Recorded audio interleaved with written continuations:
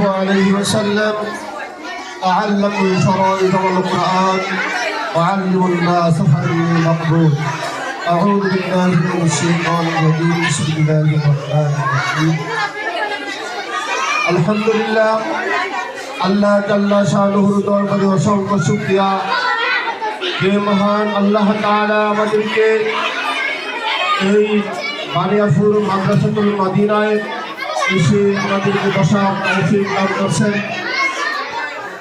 সেই মহান আল্লাহ তাআলার দরবারে আল্লাহর শুকর সকলে বলে আলহামদুলিল্লাহ।